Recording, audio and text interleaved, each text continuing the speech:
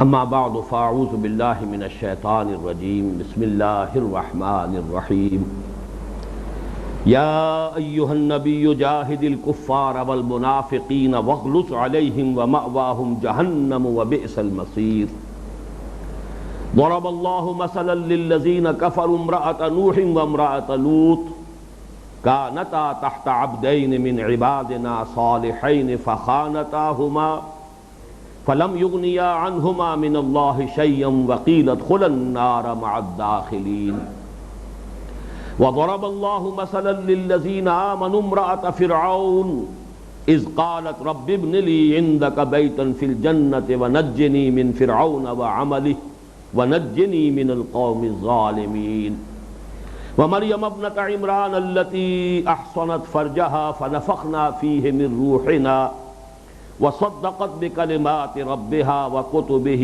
وكانت من القانتين صدق الله العظيم رب اشرح لي صدري ويسر لي امري واحلل عقدة من لساني يفقهوا قولي اللهم ربنا الهمنا رشدنا واعذنا من شرور انفسنا اللهم ارنا الحق حقا وارزقنا اتباعه وارنا الباطل باطلا وارزقنا اجتنابه آمین یا رب العالمین۔ سورہ تحریم پر ہماری یہ آخری نشست ہے اور جو بقیہ 4 آیات ہیں ان کا مطالعہ ہمیں اس نشست میں مکمل کرنا ہے۔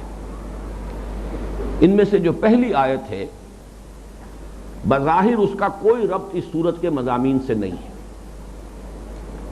پوری سورت کچھ خاندانی نظام، عائلی نظام، اہل و عیال سے متعلق احکام، ہدایات ان پر مشتمل ہے۔ یہاں پر کفار اور منافقین کے ضمن میں جو ہدایت آ رہی ہے بظاہر، یہ لفظ بظاہر جو ہے اس کو بار بار نوٹ کر لیجئے، بظاہر انمل بے جوڑ سی بات ہے، کوئی ربط نہیں ہے، لیکن بباطن ربط ہے۔ ربط محکم اسی بے ربطی تقریر میں ہے، ربط محکم ہے۔ وہ ربط کیا ہے؟ ترجمہ یہ ہے اس آیہ مبارکہ کا، یا ایھا النبی، اے نبی صلی اللہ علیہ وسلم، جاہد الکفار والمنافقین، جہاد کیجئے ان کافروں سے بھی اور منافقوں سے بھی، واغلظ علیہم، ان پر سختی کیجئے۔ یہ وہی لفظ آ گیا ہے، ملائکۃ غلاظ شداد، جہنم پر فرشتے وہ معمور ہوں گے جو بڑے سخت دل ہوں گے، تند خو ہوں گے، بہت سخت مزاج ہوں گے، درست مزاج۔ تو فرمایا ان پر سختی کیجئے، واغلظ علیہم ومأواہم جہنم، اور ان کا ٹھکانہ تو جہنم ہے ہی، وبئس المصیر، اور وہ بہت برا ٹھکانہ ہے۔ یہ بھی نوٹ کر لیجئے کہ یہ آیہ مبارکہ بعین ہی انہی الفاظ میں سورہ توبہ میں آئی ہے، آیت نمبر 73، ایک شوشے کا فرق نہیں۔ یہ میں نے ابتدائی تعارفی کلمات میں بھی عرض کیا تھا کہ قرآن مجید میں جو اس طرح کے جوڑے آئے ہیں، ظاہر بات ہے کہ اس مضمون کی اہمیت پر دلالت کرتی ہے یہ بات کہ بعین ہی انہی الفاظ میں اس آیت مبارکہ کو قرآن میں ریپیٹ کیا گیا۔ تو یہ ان چند آیات میں سے ہے کہ جو بعین ہی انہی الفاظ میں قرآن حکیم میں ریپیٹ ہوئی ہے۔ اس کا جو ربط ہے اس سورہ مبارکہ کے مضامین کے ساتھ وہ یہ ہے کہ نرمی، شفقت، رافت، رحمت، مغفرت، عفو، درگزر، یہ تمام اوصاف محمودہ ہیں، پسندیدہ باتیں ہیں، لیکن ان سب کی بھی ایک حد ہے۔ حد اعتدال سے تجاوز کر جائیں تو اس میں خرابی کے پہلو پیدا ہو جاتے ہیں۔ نبی اکرم صلی اللہ علیہ وسلم کا جو مزاج ہے اس میں رافت اور رحمت کا غلبہ تھا۔ آپ کو رؤوف الرحیم کہا گیا ہے، رحمت للعالمین بنا کے آپ بھیجے گئے ہیں، نوع انسانی کے لیے شفقت آپ میں ہے، اور شفقت اور نرمی اتنی ہے کہ کچھ وہ لوگ بھی اس سے غلط فائدہ اٹھا جاتے تھے جو نرمی کے مستحق نہیں تھے۔ ظاہر بات ہے کہ جس انسان میں اس کی جو طبیعت ثانیہ جو شے بن گئی ہو، نرمی اس کے مزاج کا ایک جزو لازم بن گئی ہو، تو اس سے کسی وقت کوئی شخص جو ہے وہ غلط فائدہ بھی اٹھا سکتا ہے۔ تو نبی اکرم صلی اللہ علیہ وسلم کی مزاج کی اس رافت و رحمت سے اور شفقت سے اور معاف کرنے اور درگزر کرنے کی جو آپ کی عادت ثانیہ تھی، اس سے یہ منافقین فائدہ اٹھا رہے تھے۔ ان کی جرتیں بڑھ رہی تھیں، ان کی جسارتوں میں اضافہ ہو رہا تھا، ڈھٹائی بڑھ رہی تھی۔ حضور جانتے تھے کہ یہ جھوٹ بول رہا ہے، پھر بھی آپ فرماتے ٹھیک ہے جائیے، جو آپ نے کہا ہے صحیح، جائیے۔ یہاں تک ان کی جسارتیں پھر بڑھی ہیں کہ انہوں نے کہنا شروع کیا ہے ہوا اذن. اب میں اس کا کیا ترجمہ کروں؟ یہ نرے کان ہی کان ہیں. مراد کیا ہے؟ ان میں فہم نہیں ہے، سمجھتے نہیں ہیں. دیکھیے ہم نے کس طرح ان کو دھوکہ دے لیا. زیادہ ثقیل الفاظ میری زبان پر آ رہا ہے، میں بمشکل روک رہا ہوں. وہ نہ معلوم کیا کچھ کہتے ہوں گے گستاخی میں. ہم نے انہیں کیا بنا لیا، ہم نے ان کے ساتھ کیا معاملہ کر لیا. انہیں سمجھ ہی نہیں ہے، فہم ہی نہیں ہے. وہ اذن، کان ہی کان ہے. یہاں دماغ میں کوئی جو صلاحیت ہے بات کو سمجھنے کی وہ تو ہے ہی نہیں. یہ کس لیے ہو رہا ہے کہ آپ ان پر نرمی فرما رہے ہیں. یہی آپ کی رافت و رحمت جو ہے ایک حد اعتدال سے بڑھی تھی غزوہ بدر کے بعد. غزوہ بدر کے بعد جو اسیران بدر تھے ان کا معاملہ جب پیش ہوا ہے تو وہی آپ کی طبیعت کی نرمی. اور یہ بھی نوٹ کیجئے کہ اس اعتبار سے آپ کا عکس کامل ہے ابو بکر صدیق رضی اللہ تعالیٰ عنہ. ان کے مزاج میں بھی یہی ارحم امتی بے امتی ابو بکر واشدہم فی امر اللہ عمر. یہ ایک فوری تقابل ہے حضرت ابو بکر حضرت عمر کے مزاجوں کے مابین رضی اللہ تعالیٰ عنہما، کہ حضرت ابو بکر کے مزاج میں بھی وہی نرمی، وہی رقت، وہی رافت، وہی رحمت. لیکن حضرت عمر کے مزاج میں اس کے برعکس سختی تھی، لیکن سختی فی امر اللہ، اللہ کے معاملے میں، شریعت کے دین کے معاملے میں بہت سخت ہے. تو اس چیز کو یہاں پہ جو ہے اس آیہ مبارکہ کو یہاں لے آیا گیا، اس لیے کہ سارا مضمون چلا آ رہا ہے کہ آپ کی نرمی، آپ کی شفقت، آپ کی جو اس طرح کی اپنے اہل و عیال کے ساتھ جو آپ کا یہ سلوک ہے، اس سے یہ کچھ حد اعتدال سے معاملہ بڑھ رہا ہے. لہذا اس کو ایک حد کے اندر رکھیے. اسی کے ساتھ متعلق ہو گیا، اسی دور کے اندر پروئی گئی یہ آیت بھی کہ جس طرح اہل خانہ کے لیے یہ معاملہ ہو رہا ہے، اسی طرح کچھ لوگ اس معاشرے کے اندر جو ہے اس سے ناجائز فائدے اٹھا رہے ہیں. نبی آپ نرمی نہ کیجیے. آپ کی نرمی کے مستحق اہل ایمان ہیں، لیکن جاہد الکفار والمنافقین واغلظ علیہم، ان کافروں کے ساتھ اور ان اہل نفاق کے ساتھ، منافقوں کے ساتھ تو جہاد کیجیے اور سختی کیجیے، ان پر گرفت کیجیے، سرزنش کیجیے، ان کا محاسبہ کیجیے، ان کا احتساب کیجیے. عفی اللہ عنک لما اذنت لهم، اللہ آپ کو معاف کرے، یا اللہ نے آپ کو معاف کر دیا، آپ نے انہیں کیوں ان کو معاف کیا ہے اور کیوں اجازت دی ہے، کیوں ان کا عذر قبول کیا ہے. جب غزوہ تبوک کے لیے حکم تھا کہ نکلو اللہ کی راہ میں، اور ان میں سے ایک نے آ کر جھوٹے بہانے بنائے، حضور میری تو یہ مجبوری ہے، مجھے یہ عذر ہے، فرمایا ٹھیک ہے جاؤ، عذر قبول ہے. عفی اللہ لما اذنت لهم، کیوں آپ نے اذن دیا، کیوں اجازت دی؟ اگر آپ اجازت نہ دیتے، جانا انہوں نے پھر بھی نہیں تھا، ان کے نفاق کا پردہ تو چاک ہو جاتا نا. لیکن آپ نے ان کو اجازت دے دی، ان کا عذر قبول کر لیا، ان کے نفاق کا پردہ پڑا رہ گیا. تو یہی بات ہے جو یہاں کہی جا رہی ہے، یا ایھا النبی جاہد الکفار والمنافقین واغلظ علیہم، سختی کیجیے. ومأواہم جہنم وبئس المصیر، اور ان کا ٹھکانہ جہنم ہے اور وہ بہت برا ٹھکانہ ہے. البتہ ایک بات نوٹ کر لیجئے، اس آیت کا یہ ایک اہم مضمون ہے، اگرچہ اس سورہ مبارکہ کے مضمون کے اعتبار سے تو جو بات تھی وہ واضح ہو چکی، لیکن ضمنی مضمون ہے ایک. یہ ان مقامات میں سے قرآن مجید کے جہاں جہاد کا مفہوم معین ہو جاتا ہے کہ قتال نہیں ہے، اس لیے کہ منافقین کے ساتھ آپ نے پوری زندگی میں کوئی جنگ نہیں کی، جبکہ جاہد فعل امر ہے اور الامر للوجوب. اگر جہاد کے معنی جو ہے لازماً قتال ہوتے تو حضور کی حیات طیبہ میں، سیرت مطہرہ میں کوئی نہ کوئی واقعہ ملنا چاہیے تھا کہ آپ منافقین کے خلاف وار ڈکلیئر کرتے. لیکن جیسا کہ معلوم ہے سیرت مطہرہ اس تذکرے سے خالی ہے. جہاد جو ہے وہ کشمکش، کشاکش، کسی پر سختی کرنا، کسی پر دباؤ ڈالنا، جد و جہد کرنا، ان کی جو ریشہ دوانیاں ہیں ان کا سد باب کرنا، ان کا مقابلہ کرنا، یہ تمام چیزیں تو شامل ہو جائیں گی. لیکن جسے کہا جائے گا جہاد بالسیف، قتال، یہ قتال جو ہے یہ کافروں کے ساتھ تو ہوا ہے، غزوہ بدر سے شروع ہوا اور جاری رہا آپ کی حیات طیبہ کے دوران. لیکن یہ ہے کہ کسی بھی مرحلے پر پوری حیات دنیاوی جو ہے نبی اکرم صلی اللہ علیہ وسلم کی، اس میں منافقین کے ساتھ کسی جنگ کا موقع نہیں آیا. تو معلوم ہوا کہ یہاں جہاد کا مفہوم معین ہے، غیر قتال یہاں پر اس کے سوا اس میں وہ مفہوم قتال کا شامل نہیں کیا جا سکتا. یا ایھا النبی جاہد الکفار والمنافقین واغلظ علیہم ومأواہم جہنم وبئس المصیر. اب بقیہ 3 آیات میں ایک مضمون آ رہا ہے، اس مضمون کو پہلے سمجھ لیجئے. عائلی زندگی کے ضمن میں اور خواتین کے بارے میں ایک مغالطہ یہ رہتا ہے کہ ویسے تو یہ کہ جہاں تک خاندانی نظام ہے اس میں وہ اپنے شوہروں کے تابع ہیں، لیکن کیا دینی اعتبار سے بھی وہ شوہروں کی تابع ہیں؟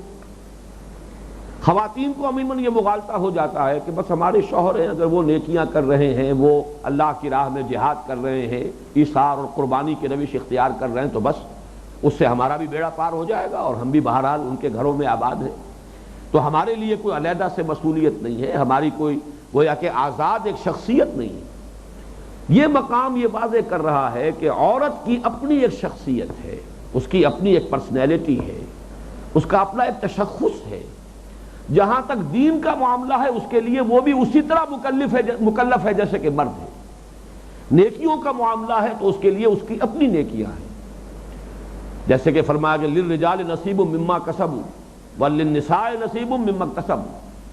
ظاہر بات ہے کہ جو بھی نیکی کمائی ہوگی مردوں نے، انہیں اسی میں سے حصہ ملے گا، اس سے از خود عورتوں کو حصہ نہیں پہنچ جائے گا، اور جو نیکیاں کمائی ہوگی عورتوں نے اس وہ انہی کے حق میں ان کا اندراج ہوگا، اس سے کوئی خود بخود ان کے شوہروں کے لیے کے حق میں اندراج نہیں ہوتا رہے گا۔ تو اس اعتبار سے یعنی عورت کی یہ شخصیت کا انڈیپینڈنٹ ہونا دینی اعتبار سے، اخلاقی اعتبار سے، روحانی اعتبار سے وہ ایک مکمل انسان ہے، مکمل ہیومن بینگ ہے۔ اس اعتبار سے شرف انسانیت میں برابر کی ساجی ہے۔ وہی شرف انسانیت جو ہے کہ جو مردوں کو حاصل ہے، اس شرف انسانیت میں عورتیں بھی برابر کی شامل ہیں۔ اخلاقی اعتبار سے، دینی اعتبار سے صرف ایک چیز ہے کہ جس میں کمی رکھی گئی ہے، نبوت کا منصب انہیں نہیں دیا گیا، اس لیے کہ وہ بہت بڑی ذمہ داری کا منصب ہے، یہ بہت بڑی ذمہ داری ہے، بہت بڑی مسئولیت ہے۔ یا ایھا الرسول یا ایھا النبی بلغ ما انزل الیک من ربک یا ایھا الرسول بلغ ما انزل الیک من ربک وان لم تفعل فما بلغت رسالتہ۔ ہر طرح کی مخالفت کے باوجود، ہر طرح کے استہزاء کے باوجود، جو بھی ریزسٹنس ہے اس سب کو برداشت کرتے ہوئے فریضہ نبوت کو اور فریضہ رسالت کو ادا کرنا یہ آسان کام نہیں ہے۔ صرف اس ذمہ داری سے تو انہیں بچایا گیا ہے۔ باقی یہ کہ صدیقیت کا مقام ہے تو صدیق اکبر اگر ابو بکر ہیں تو صدیقۃ الکبریٰ جو ہے حضرت خدیجہ ہیں رضی اللہ تعالی عنہما، برابر کا مقام ہے۔ بڑا مشکل ہے یہ کہنا، کم سے کم میں تو فیصلہ نہیں کر سکا کس کا مقام بلندتر ہے۔ مردوں میں جو مقام حضرت ابو بکر کا ہے، خواتین میں وہی مقام حضرت خدیجہ کا ہے۔ اس اعتبار سے روحانیت کے معاملات ہوں، نیکی کے معاملات ہوں، خیر کے معاملات ہوں، اچھائی کمانے کا معاملہ ہو، تو عورت کا اپنا ایک آزاد اور مستقل وجود ہے، اس کی اپنی ایک شخصیت ہے۔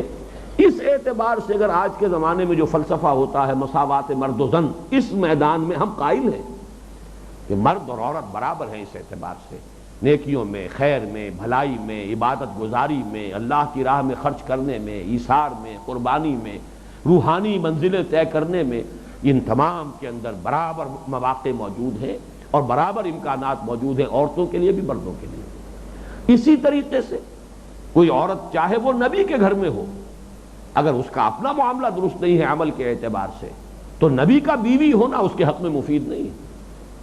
نبی کا رشتہ دار ہونا تو بہت بات کی بات ہے، نبی کی بیوی ہونا بھی اس کے لیے مفید نہیں۔ یہ ہے در حقیقت مضمون کہ جو یہاں چار خواتین کے حوالے سے دو ایک کیٹیگری کی ہے اور بقیہ دو ایک کیٹیگری کی، تین کیٹیگریز یہاں آئی ہیں۔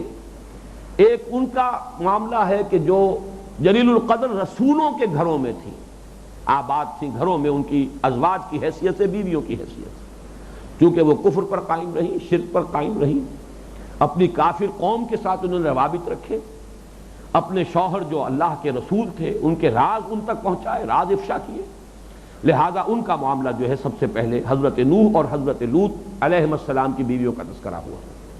پھر بالکل اس کا کنٹراسٹ، اس کے بالکل بالمقابل، اس کی ضد، فرعون جیسا سرکش، اور اس کے گھر میں حضرت آسیہ سلام علیہا، نہایت نیک عابد زاہد خاتون، اور اغلباً وہ بنی اسرائیل میں سے تھی، کیونکہ بنی اسرائیل محکوم قوم تھی، وہ تو ظاہر بات ہے کہ وہ حاکم قوم جو ہے ان کی عورتوں میں سے جو پسند آیا اس کو گھر میں ڈال لیا ہے۔ اس اعتبار سے وہ فرعون کے محل میں، لیکن یہی ہے جن کو ذریعہ بنایا ہے اللہ نے حضرت موسیٰ علیہ السلام کو بچانے کا اور ان کی پرورش کا۔ قرۃ عین لی و لک، فرعون کو ان سے محبت تھی، اس اعتبار سے جب سفارش کی ہے اس بچے کو قتل نہ کرو، یہ میری اور تمہاری دونوں کی آنکھوں کی ٹھنڈک بنے گا، تو وہ سفارش کام کر گئی، دل پسیج گیا فرعون کا، ورنہ وہ تو قتل کرنے کے درپے ہو چکا۔ تو یہ اللہ نے ذریعہ بنایا۔ وہ حضرت آسیہ، ان کا کردار کیا تھا، محل کیسے انہیں کاٹ کھانے کو دوڑتا تھا، مجبور تو تھی، ہیں تو اس شوہر کے گھر میں آباد ہیں، لیکن یہ ہے کہ ان کی جو کیفیت ہے قلبی، روحانی، نفسیاتی، وہ کیا ہے۔ تیسری مثال دی گئی ہے حضرت مریم کی سلام علیہا، کہ خود بھی نہایت نیک سرشت، اور انہیں اللہ نے ماحول بھی اتنا عمدہ دیا کہ نور علی نور۔ یہ تین مثالیں تو اس مقام پر واضح ہو جائیں گی۔ ایک چوتھا خلا ہے جو رہ جائے گا، اس کا میں بعد میں تذکرہ کروں گا۔ اب آئیے کہ ان آیات کا ہم لفظ برس مطالعہ کر لیں۔ ضرب اللہ مثلا للذین کفروا امرأۃ نوح وامرأۃ لوط۔ اللہ نے مثال بیان فرمائی ہے اہل کفر کے لیے نوح اور لوط کی بیویوں کی۔ ضرب اللہ مثلا للذین کفروا، اب یہاں للذین کفروا میں تو مرد اور عورتیں سب کے سب گویا کہ شامل ہیں، لیکن یہاں پہ اصلاً جو ہے روح سخن وہ خواتین کی طرف ہے، چونکہ یہ عائلی زندگی سے متعلق ہدایات پر مشتمل ہے سورہ تحریم، اور ابتدا سے انتہا تک در حقیقت مرکزی مضمون وہی ہے، سوائے اس ایک آیت کے کہ وہ بھی جڑی ہوئی ہے اس کے مرکزی مضمون کے ساتھ، اگرچہ اس کا تعلق عائلی نظام سے نہیں، لیکن نرمی، یا ایھا النبی جاہد الکفار والمنافقین واغلظ علیہم، نرمی جو ہے وہ ایک حد کے اندر رہنی چاہیے، اس سے زائد نہیں۔ اللہ نے مثال بیان فرمائی ہے اہل کفر کے لیے نوح اور لوط کی بیویوں کی علیہم الصلاۃ والسلام، کانتا تحت عبدین من عبادنا صالحین، وہ دونوں تھیں ماتحت ہمارے دو نہایت نیک بندوں کے۔ میں نے یہاں جان بوجھ کر ماتحت کا لفظ استعمال کیا ہے، اس کو نوٹ کیجئے، وہ جو میں سب سے پہلے بیان کر چکا ہوں سورہ تحریم کے درس کے شروع میں، جو تعارفی اس کے مضامین تھے۔ اسلام کا جو نظام ہے عائلی نظام، اس میں مرد کی قوامیت، الرجال قوامون علی النساء، بیویوں کے لیے لفظ یہاں بھی آیا تحت، وہ ماتحت ہے۔ گھر کے نظام میں اگرچہ اپنی اخلاقی، دینی، روحانی اعتبار سے وہ بالکل آزاد شخصیتوں کی حامل ہیں، ان کی بالکل انڈیپینڈنٹ پرسنالٹیز ہیں، لیکن عائلی نظام میں آ کر اب وہ برابر نہیں ہے، وہ ماتحت ہیں۔ کانتا تحت عبدین من عبادنا صالحین، وہ دونوں ماتحت تھیں ہمارے دو بندوں کے، علیہم الصلاۃ والسلام، من عبادنا صالحین، ہمارے دو نہایت نیک بندے۔ یہاں نوٹ کر لیجئے کہ منعم علیہم گروہ جو ہے، جس کے 4 طبقات ہیں، ان میں سب سے بنیادی طبقہ صالحین کا ہے۔ اولئک مع الذین انعم اللہ علیہم من النبیین والصدیقین والشہداء والصالحین، تو انبیاء ٹاپ پر ہے، پھر صدیقین ہے، پھر شہداء، پھر صالحین۔ اب ظاہر بات ہے کہ جو عام ہے پہلی منزل، گویا کہ اس میں تو وہ سب کے سب شامل ہیں، تو ہمارے دو نہایت نیک بندوں میں سے جو یہ رسول تھے، حضرت نوح اور حضرت لوط علیہ السلام، ان کے گھروں میں آباد ہونا کتنی بڑی سعادت، کتنا بڑا سمجھیے نیکی کے لیے مواقع تھے جو اللہ نے ان کے لیے فراہم کیے۔ فخانتاہما، تو ان دونوں نے ان دونوں سے خیانت کی۔ اس لفظ کو بعض لوگوں نے کہ جو ازواج مطہرات سے دشمنی رکھتے ہیں، میں ان کا تذکرہ اس سے پہلے کر چکا ہوں اس سورہ مبارکہ کی ابتدائی آیات کے حوالے سے، انہوں نے اس کو بنیاد بنایا ہے اپنے خبث باطن کو ظاہر کرنے کے لیے، اور انہوں نے اس سے مراد لیا ہے کہ وہ بدکار تھیں، زانیہ تھیں، معاذ اللہ۔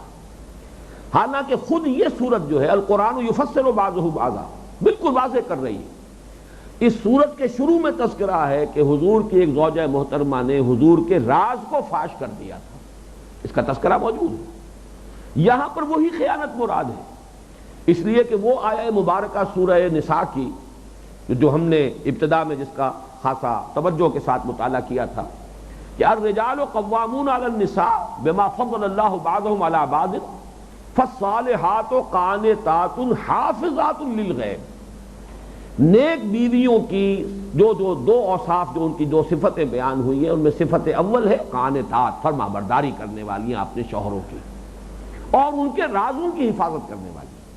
یہ رازداری جو ہے یہ در حقیقت بیوی کا ایک بہت بڑا فرض ہے کہ شوہر کے تمام راز، ظاہر بات اس کے علم میں ہے، اس کے راز کو راز رکھنا یہ اس کی بہت بڑی ذمہ داری ہے بیوی کی حیثیت سے۔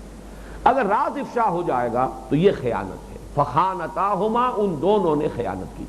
اچھا یہ بھی معلوم ہے کہ وہ اپنے کفر پر قائم رہی، یہ بھی ہو سکتا ہے کہ انہوں نے نبیوں کے گھر میں رہنے کے لیے نفاق کا لبادہ اوڑھ لیا ہو، یہ خیانت کی ہو۔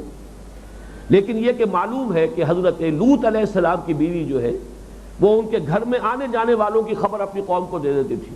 چنانچہ دو جو فرشتے آئے تھے ان کے گھر میں ان نوجوان لڑکوں کی شکل میں، ان کی خبر بیوی نے پہنچائی تھی کہ تمہارے لیے بہترین شکار آج آ گیا ہے بطور مہمان لوط کے گھر میں، ہمارے گھر میں آیا ہے۔ اسی طرح حضرت نوح علیہ السلام کے بارے میں قرآن مجید میں متعدد مقامات پر آیا ہے کہ ان پر جو چند لوگ ایمان لائے تھے، معدود چند لوگ، وہ سب کے سب اس معاشرے کے نچلے طبقات میں سے، اراذلنا بادی الرأی، یہ الفاظ آئے ہیں، یہ تو ہمارے رذیل ہیں، گھٹیا لوگ ہیں، ہمارے غلام ہیں، کمی کاری ہیں، یہ تمہارے گرد جمع ہو گئے نوح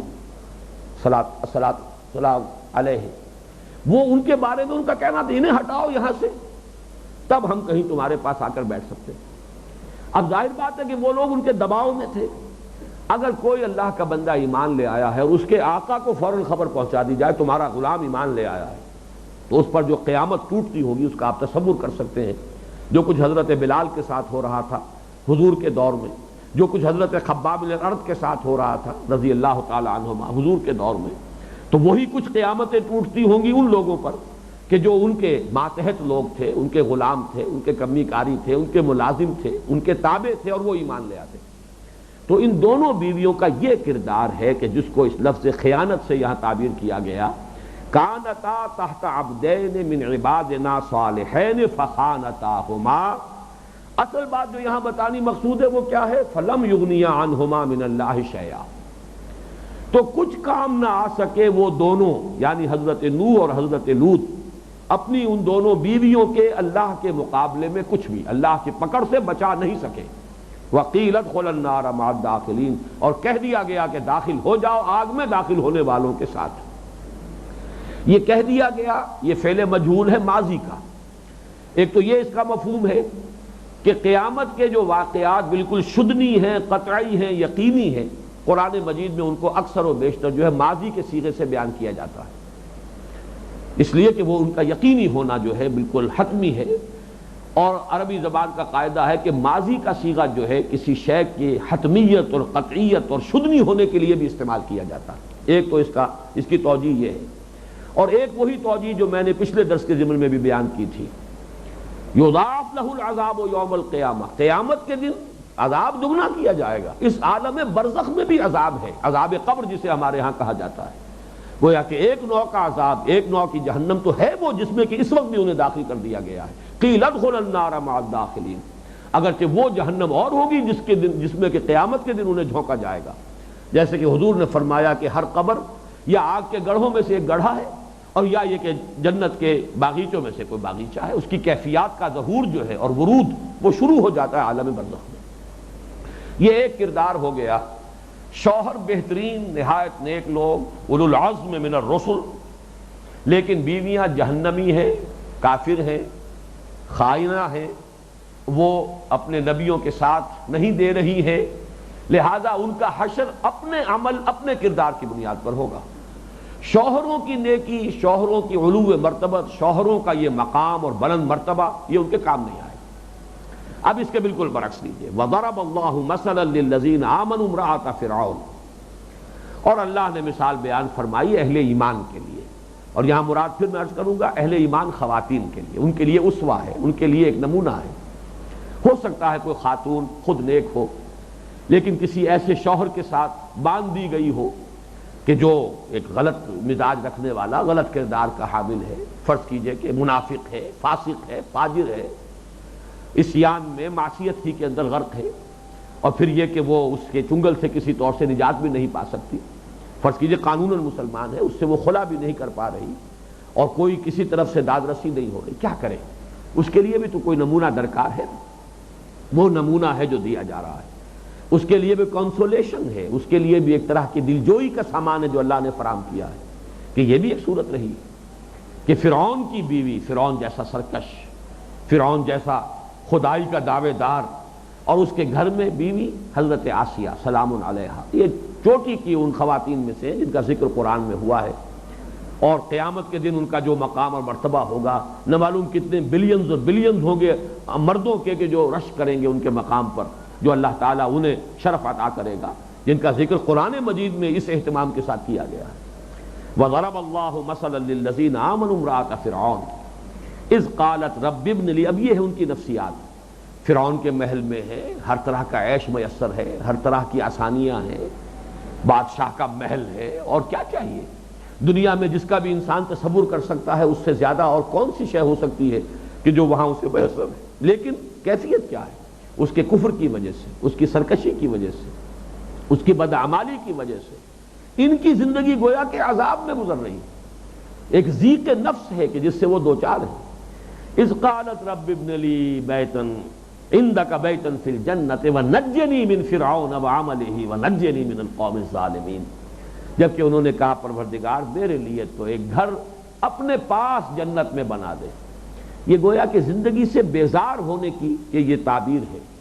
میں اس دنیا میں اس زندگی کو میں پسند نہیں کرتی، نہیں رہنا چاہتی، مجھے یہ محل کاٹ کھانے کو دوڑ رہا ہے، مجھے تو اپنے پاس بلا لے اور اپنے قرب میں مجھے کوئی گھر جنت کے اندر عطا فرما دے۔ رب ابن لی عندک بیتا فی الجنۃ ونجنی من فرعون ونجنی من القوم وعملہ ونجنی من القوم الظالمین۔ مجھے نجات دے، جلد از جلد چھٹکارا عطا فرما اس فرعون سے بھی، اس کے اعمال بد سے بھی، اور ان ظالموں کی قوم سے۔ میں اس میں اب یہ کہ اللہ تعالیٰ کا جب تک فیصلہ دنیا میں انسان رہتا ہے، خودکشی حرام ہے، لیکن ایک ہے کہ اس ماحول میں آدمی خود بھی لذتیں لے رہا ہو، عیش کر رہا ہو۔ ایک یہ کہ جیسے کہ حضور نے فرمایا الدنیا سجن المومن و جنت الکافر، کہ یہ دنیا مومن کے حق میں قید خانہ ہے، وہ یہاں رہنا چاہتا نہیں ہے۔ ٹھیک ہے، ایک اللہ تعالیٰ کی طرف سے جیسے کسی کو فرض کیجئے کسی سرکاری افسر کو جو ہے ایسے علاقے میں بھیج دیا جائے، دور دراز کا علاقہ جہاں کوئی جانا پسند نہیں کرتا، لیکن جب تک اپوائنٹمنٹ ہے، جب تک حکم ہے رہنا ہے، تو بندہ مومن اس دنیا میں رہتا ہے اللہ کے حکم کے تحت، اور اس سے یہ کہ بہرحال اسے دل نہیں لگاتا، یہاں پر رہنے کی اس کے اپنے دل میں خواہش نہیں ہوتی۔ نشان مرد مومن بات و گویم چو مرگ آیا تبسم بر لب اوست۔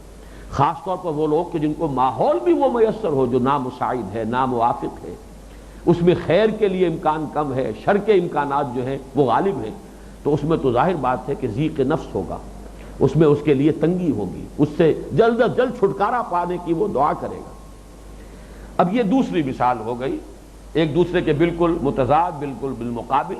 ایک طرف حضرت نوح اور حضرت لوط علیہ السلام کی بیویاں، بہترین ماحول، بہترین گھر میسر آیا ہے، لیکن خود بدبخت ہے۔ دوسرا برعکس، فرعون کا محل ہے، لیکن اس فرعون کے گھر میں ایک نیک بیوی حضرت آسیہ سلام علیہا۔ اب تیسری مثال ہے نور علی نور، ومریم ابنۃ عمران التی احسنت فرجہا۔ اب چونکہ یہاں مریم پر زبر ہے، یہ بھی ضرب اللہ مثلا اسی کے تابع ہے۔ اسی طرح اللہ مثال بیان فرما رہا اہل ایمان کے لیے مریم کی، مریم کی مثال، و مریم جو ہے بیٹی عمران کی۔ یہ بھی ہو سکتا ہے کہ یہ آل عمران جو کہ ایک پورا قبیلہ ہے اس سے متعلق ہونے کی وجہ سے بنت عمران کہا گیا ہو، اور یہ بھی ہو سکتا ہے کہ یہ ان کے والد ہی کا نام عمران ہو۔ اس قالت امرأۃ عمران یہ آیا ہے سورہ آل عمران میں بھی۔ بہرحال ان کی بیٹی ہے حضرت مریم، ومریم ابنۃ عمران التی احسنت فرجہا، جس نے اپنی عصمت و عفت کی پوری حفاظت کی۔ یہ لفظ نوٹ کر لیجئے، اس سورہ مبارکہ کے ابتدا میں جب ہم نے کچھ تعارفی اور ابتدائی جو مضامین تھے ان پر گفتگو کی تھی، تو یہ حسن کا لفظ آیا تھا بار بار، کہ محسنہ کون ہے؟ وہ عورت جو کسی کے قید نکاح میں ہے، یا وہ خاندانی خاتون کہ جسے خاندان کی پروٹیکشن حاصل ہے، تو یہ ہے احسان۔ یہاں پر احسنت کا لفظ آیا ہے، پوری حفاظت کرنا، قلعہ بند ہو کر رہنا۔ ایک عورت کا یہ سب سے بڑا وصف ہے کہ وہ اپنی عزت و عصمت کی اور حفظ کی حفاظت کرے، اور پوری طرح قلعہ بند ہو کر رہے۔ احسنت فرجہا، جس نے اپنی شرمگاہ کی پوری حفاظت کی، اپنی عصمت اور عفت کی پوری جو ہے حفاظت کی۔ فنفخنا فیہ من روحنا، فیہ کی ضمیر جو ہے وہ حضرت مریم کے پورے وجود کی طرف بھی جا سکتی ہے، آپ کے رحم کی طرف بھی جو حمل ہوا ہے، اس میں چونکہ شوہر کا حصہ نہیں ہے، حضرت عیسیٰ کی ولادت بن باپ کے ہوئی ہے، اس میں گویا کہ اللہ تعالیٰ کی طرف سے ایک روح جو ہے، روحم من امرنا جو ہے وہ اس میں پھونکا گیا ہے۔ تو نفخنا فیہ من روحنا، بعض روایات میں گریبان کا آتا ہے کہ حضرت جبرائیل علیہ السلام نے حضرت مریم کے گریبان میں پھونک ماری. واللہ عالم، یہ تمام چیزیں تعبیرات ہیں، لیکن مراد یہی ہے. اور یہاں پہ در حقیقت جو یہ کہا جا رہا ہے احسنت فرجہا، خاص طور پر یہود کے ان الزامات کی نفی کے لیے. انہوں نے وہی الزام کہ جو کچھ لوگوں نے حضرت نوح اور حضرت لوط کی بیویوں پر لگایا ہے، اور جو کچھ منافقین نے حضور صلی اللہ علیہ وسلم کی زوجہ محترمہ حضرت عائشہ صدیقہ پر جو الزام لگا دیا تھا، جو تہمت لگائی تھی، وہی الزام جو ہے لگایا حضرت مریم پر یہودیوں نے، اور حضرت عیسیٰ کو ولد الزنا قرار دیا. اس اعتبار سے قرآن مجید جو ہے ان کی اس خباثت کا ازالہ کر رہا ہے. وَمَرْيَمَ ابْنَتَ عِمْرَانَ الَّتِي أَحْسَنَتْ فَرْجَهَا، تم اس پر الزام لگا رہے ہو بدکاری کا، وہ تو وہ نہایت باعفت اور باعصمت خاتون تھی، اس نے کہ اپنی عصمت اور عفت کی پوری حفاظت کی. اس میں جو بھی پھونک ہے وہ اللہ تعالیٰ کی طرف سے ماری گئی ہے. کس طور سے ماری گئی ہے یہ وہ عالم امر کے معاملات ہیں جن کو صحیح طور پر ہم نہیں سمجھ سکتے. وَصَدَّقَتْ بِكَلِمَاتِ رَبِّهَا وَكُتُبِهِ، اور اس نے تو تصدیق کی اپنے رب کی تمام باتوں کی اور اس کی کتابوں کی. یہ نوٹ کیجئے ذرا، حضرت مریم سلام علیہا پیدا ہو رہی ہے مسلمان قوم میں. اس مسلمان قوم جو اس وقت وہ یہود ہیں، بنی اسرائیل ہیں، ان کے ہاں کتابیں ہیں، ان کے پاس تورات موجود ہے، ان کے پاس زبور موجود ہے، دوسرے انبیاء کے صحیفے موجود ہیں. تو گویا کہ کسی نبی اور رسول کے امتی کے لیے سب سے بڑا ذریعہ جو ہے، یا یحییٰ خذ الکتاب بقوہ وآتیناہ الحکم صبیہ، تمسک بالکتاب، اللہ کی جو کتاب ملی ہوئی ہو اس کے ساتھ جڑ جانا، اس کے ساتھ تمسک، اس کے ساتھ وابستہ ہو جانا، اس کے ساتھ بندھ جانا، یہی در حقیقت ہدایت کا اور رشد کا کے حصول کا سب سے زیادہ یقینی ذریعہ ہے.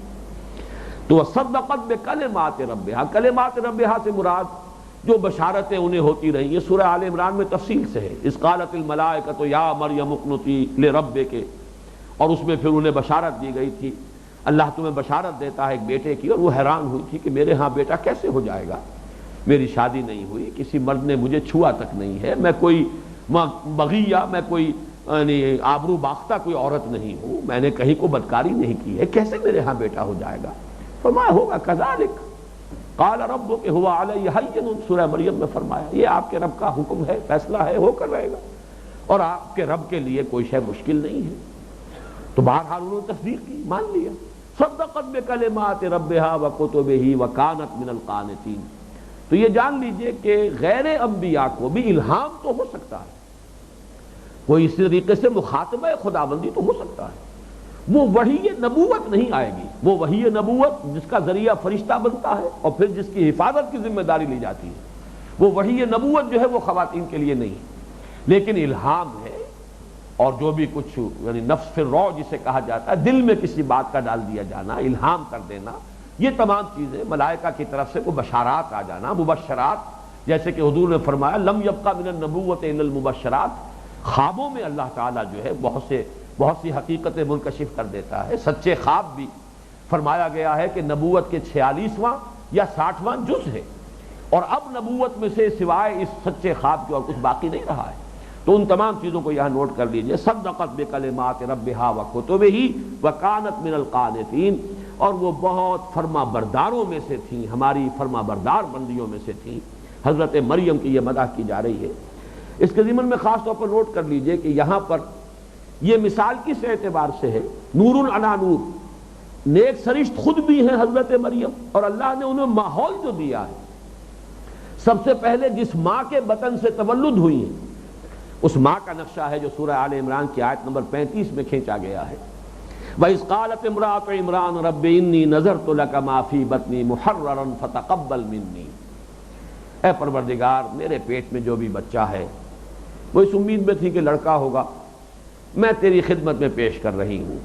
محررن، اپنی تمام ذمہ داریوں سے بری کر کے، میں اس سے کوئی خدمت نہیں لوں گی، اپنا کوئی حق اس پر نہیں رکھوں گی، اسے ان تمام حقوق سے آزاد کر کے خاص تیرے دین کے لیے وقف کرتی ہوں، تو قبول فرما لے. فتقبل منی، شرف قبول عطا فرما، اسے میری طرف سے قبول فرما لے. اپنی اولاد کو اللہ کے دین کے لیے وقف کرنا کتنی بڑی نیکی ہے. وہ نیک خاتون ہیں جو ماں ہے، جن کے بطن سے ولادت ہو رہی ہے. اب یہ جو دعا ہے کس چھان کے ساتھ اللہ تعالیٰ نے قبول فرمائی ہے یہ آیت نمبر 37 میں ہے، فَتَقَبَّلَهَا رَبُّهَا بِقَبُولٍ حَسَنٍ وَأَنبَتَهَا نَبَاتًا حَسَنًا وَكَفَّلَهَا زَكَرِيَّا۔ اللہ نے شرف قبول عطا فرمایا، بہت خوبصورتی کے ساتھ اس خاتون کی اس نظر کو، اس پیشکش کو قبول فرمایا، بِقَبُولٍ حَسَنٍ، خوبصورت قبول، شرف قبولیت جو ہے، اور انبتها نباتا حسنا، پھر اسے اگایا، اس کو پروان چڑھایا بہت ہی عمدگی کے ساتھ، یعنی انتہائی اعلیٰ صفات اور اوصاف حمیدہ کے ساتھ وہ پروان چڑھ رہی ہیں۔ اور یہاں خاص طور پر ذکر ہے کفلھا زکریا، اور اسے کفالت میں دے دیا زکریا کی۔ زکریا نبی ہے علیہ الصلوۃ والسلام، ایک نبی کے گود میں پل رہی ہیں، ایک نبی کے گھر میں پرورش پا رہی ہیں، خود نیک طبیعت، نیک سرشت، سلیم الفطرت، اور پھر ان کو گود مل گئی نبی کی، نور علی نور۔ یہ گویا کہ ایک تیسری مثال ہو گئی۔ اب یہاں صرف ایک خلا ہے جس کو پر کر لیجئے، ایک چوتھا کونا خالی ہے۔ دو چیزیں ایک دوسرے کی ضد آ گئیں، بہترین شوہر، بدترین بیویاں، بدترین شوہر، بہترین خاتون ان کے گھر میں، یہ تو دو ایک دوسرے کی ضد ہو گئی مکمل۔ ایک نور علی نور، عورت خود بھی نیک سرشت ہو، سلیم الفطرت ہو، اور اسے ماحول بھی مل جائے نہایت عمدہ، زکریا کا گھر ملا ہو تربیت کے لیے۔ اس کے برعکس بھی تو چاہیے، خود بھی سرشت خراب ہو اور ماحول بھی بدتر مل جائے، اور یہ کہنا مشکل ہو جائے کہ کون بدتر ہے ایک دوسرے سے بڑھ کر۔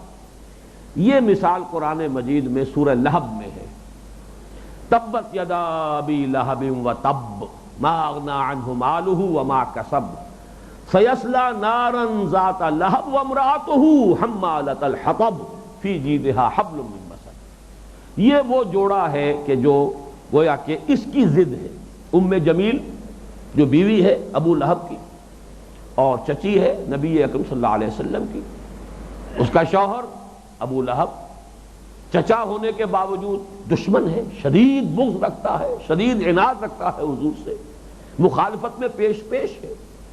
کوئی اور غیر بھی اتنا نہیں ہے جتنا کہ مخالفت میں وہ شدید ہے ابو لہب، اور حضور کی دشمنی میں نہیں کہا جا سکتا کہ زیادہ سخت جو ہے ابو لہب تھا یا اس کی بیوی ام جمیل تھی۔ اسی لیے قرآن مجید میں نقشہ کیا کھینچا ہے، ان دونوں کی مسابقت کس چیز میں ہے، کون زیادہ جہنمی بنے۔ وہ بھی ایندھن سر پر اٹھا کر لا کر جب یہ جہنم کے اندر جلایا جائے گا ابو لہب، تو گویا کہ وہ لا کر ایندھن اور جھونکے گی اس کے اندر۔ وہ عورت کے جو اپنے شوہر کے عذاب میں بھی اضافہ کر رہی ہے، خود بھی جہنمی ہے اور شوہر کے عذاب کے اندر بھی اور اضافے کا موجب بن رہے۔ حمالۃ الحطب فی جیدہا حبل من مسد، اس کے گلے کے اندر اس قیامت میں ڈال دی جائے گی ایک موٹی رسی، جس سے کہ وہ ایندھن جو ہے باندھ کر لائے گی اور اپنے شوہر کے اوپر آگ اور بھڑکائے گی۔ یہ ہے گویا کہ ظلمات بعضھا فوق بعض، یہ تاریکیوں پر تاریکیاں، خود بھی عورت ام جمیل اور پھر شوہر ابو لہب۔ یہ ہے ایک دوسری انتہائی مثال۔ بہرحال ان کا سب کا جو مفاد ہے، جو اصل حاصل ہے، جو اصل سبق ہے، وہ کیا ہے کہ عورت اپنی جگہ پر اپنی شخصیت، اپنے کردار، اپنے اخلاق، اپنے اعمال کے اعتبار سے ایک آزاد شخصیت کی حامل ہے، اس کا اپنا تشخص ہے۔ خاندانی نظام کے اعتبار سے وہ تابع ہے شوہر کے، وہ اس دنیا کا معاملہ ہے۔ وہ تو ظاہر بات ہے کہ جیسے کہ میں مثال دیا کرتا ہوں، خاص طور پر عرب معاشرے میں تو آج بھی یہ نظر آ جاتا ہے، ہمارے ہاں تو یہ صورتحال نہیں ہے، کچھ اس کی جھلک جو ہے پٹھانوں کے ہاں نظر آتی ہے کہ وہ اونچ نیچ اس طرح کی نہیں ہوتی، بلکہ ایک ہی طرح کا لباس پہنا ہوا ہے، بڑا خان بیٹھا ہے اس نے بھی وہی لباس پہنا ہوا ہے، اس کا جو ملازم ہے اس نے بھی وہی لباس پہنا ہوا ہے، اور ان میں وہ فرق و تفاوت نہیں ہوتا کہ جو مثلا پنجاب میں ہے یا اور دوسرے مقامات پر ہے۔ پھر یہ کہ عربوں کے ہاں یہ معاملہ ہم نے دیکھا ہے عرب قوم میں کہ ایک سواق ہے یا بواب ہے، اور ایک وہ منسٹر ہے جو اندر بیٹھا ہوا ہے، وہ وزیر ہے۔ بواب ظاہر بات ہے دربان کی حیثیت سے دروازے پر کھڑا ہے، یا سواق ہے اس کا جو ڈرائیور ہے وہ گاڑی چلا رہا ہے، اس کا ملازم ہے، لیکن لنچ بریک میں سب ایک میز پر بیٹھے ہوں گے، بحیثیت انسان مساوی ہے، برابر ہے، وہاں اونچ نیچ نہیں ہے۔ شرف انسانیت میں وہ ڈرائیور ہو، وہ بواب ہو، وہ دربان ہو، وہ کسے باشد، وہ کلرک ہو، وہ جسے آج کل آپ کہتے ہیں کہ جو پیغام رساں ہوتا ہے دفتروں میں چپراسی کی بجائے قاصد کا لفظ استعمال کرتے ہیں، جو بھی ہو شرف انسانیت میں مساوی ہے، لیکن انتظامی اعتبار سے ظاہر بات ہے کہ اونچ نیچ رہے گی، فرق و تفاوت رہے گا، کسی کا اختیار زیادہ ہوگا، کسی کا اختیار کم ہوگا۔ اس میں اگر آپ چاہیں کہ سب کو برابر کر دیا جائے تو دنیا کا نظام درہم برہم ہو جائے گا۔